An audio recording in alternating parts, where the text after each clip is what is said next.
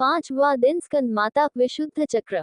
इस दिन साधक का मन विशुद्ध चक्र में अवस्थित होता है।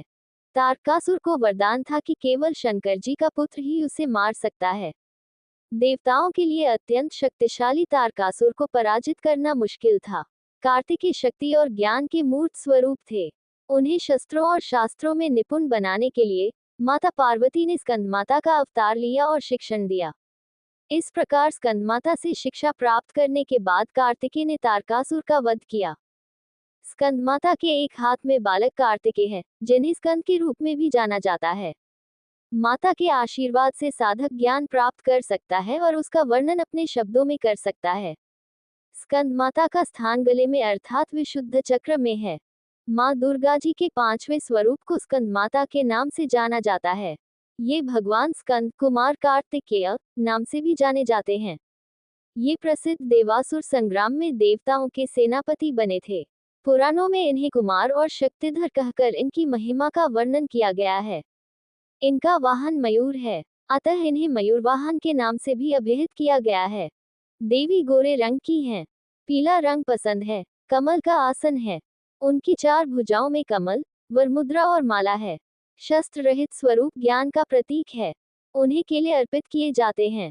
इन्हीं भगवान स्कंद की माता होने के कारण माँ दुर्गा जी के इस 5वें स्वरूप को स्कंदमाता के नाम से जाना जाता है।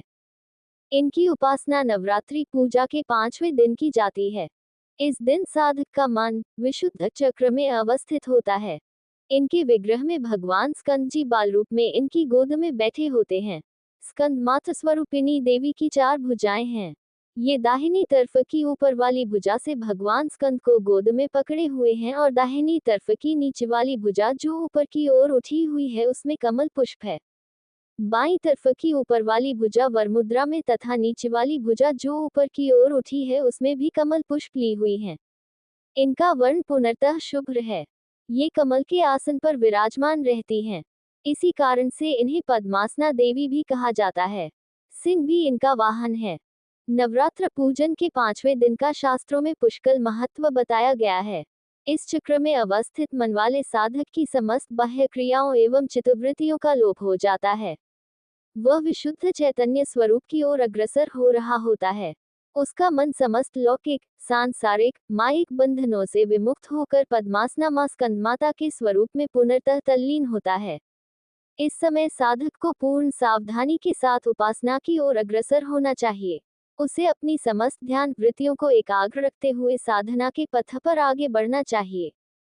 मां स्कंदमाता की उपासना से भक्त की समस्त इच्छाएं पूर्ण हो जाती हैं। इस मृत्युलोक में ही उसे परम शांति और सुख का अनुभव होने लगता है। उसके लिए मोक्ष का द्वार स्वयमेव सुलभ हो जाता है। स्कंदमाता की उपासना से बालरूप स्कंद भगवान की उपासना भी स्वयमेव हो जाती है। यह विशेषता केवल इन्हीं को प्राप्त है। अतः साधक को स्कंदमाता की उपासना की ओर विशेष ध्यान देना चाहिए। सूर्यमंडल की अधिष्ठात्री देवी होने के कारण इनका उपासक अलौकिक तेज एवं कांति से संपन्न हो जाता है। एक अलौकिक प्रभामंडल अदृश्य भाव से सदैव उसके चतुर्दिक परिव्याप्त रहता है। ये प्रभामंडल प्रतिक्षण उसके योगक्षेम का निर्वहन करता रहता है। अतः हमें एकाग्र भाव से मन को पवित्र रखकर मां की शरण में आने का प्रयत्न करना चाहिए। इस घोर भवसागर के दुखों से मुक्ति पाकर मोक्ष का मार्ग सुलभ बनाने का इससे उत्तम उपाय दूसरा नहीं है।